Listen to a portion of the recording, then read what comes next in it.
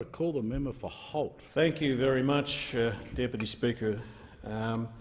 Deputy Speaker, I want to obviously endorse the comments made by the member for Hughes and also endorse the motion that was moved by the member for Canning, Mr Hastie, and add some of my own comments to this particular motion in support of this motion. There is a lot of debate about the US-Australia relationship at this point in time.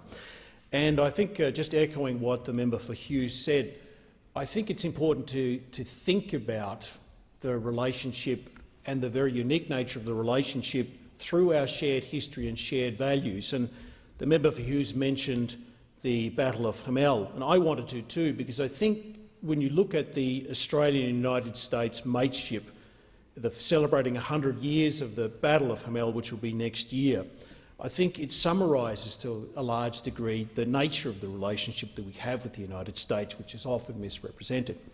And it says this: in 2018, Australia and the United States will mark a centenary of mateship, a friendship formed in the trenches of World War I during the Battle of Hamel on the 4th of July 1918. The offensive to retake Hamel, was the earliest instance of American and Australian troops fighting side by side. American troops offensively fought under the command of a non-American for the first time during the Battle of Hamel. That commander was Australian General Sir John Monash, and in honour of the Americans that he was commanding, General Monash chose the 4th of July 1918 as the date of the offensive on Hamel. The battle plan devised by General Monash was radical for its time.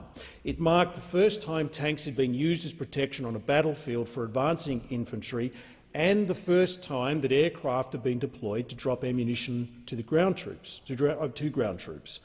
General Monash predicted the offensive would last 90 minutes. Incredibly, it took the Allied force just 93 minutes to secure victory and, importantly, turn the tide against the Germans on the Western Front.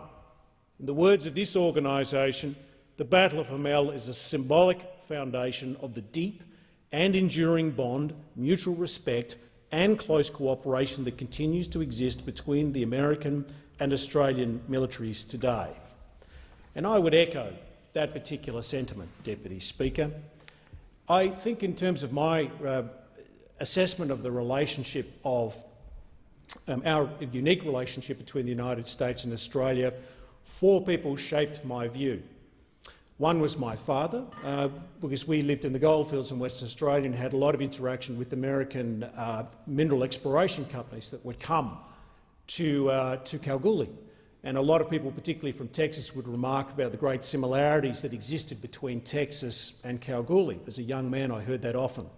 The second was Kim Beazley, former Defence Minister, former opposition leader. Some would say the best Prime Minister that this country has never had. The third was former Prime Minister Kevin Rudd, former Foreign Affairs Minister, who was quite strong when he was speaking to me about the alliance with the United States, saying that we would look at our relationships with countries like China and Southeast Asia through the prism of our relationship with the Americans. I believe that they're quite elegant words, as the member for Melbourne Ports, elegant as well. And I would continue to hold in my mind that particular point of view. And the fourth was Senator Robert Ray. But it was interesting, particularly in the words of when some talk about the imbalanced nature of the relationship with the United States, I would quote a speech that Kim Beazley gave to this place on the 24th of June 2004 about the Free Trade Agreement, but our alliance relationship.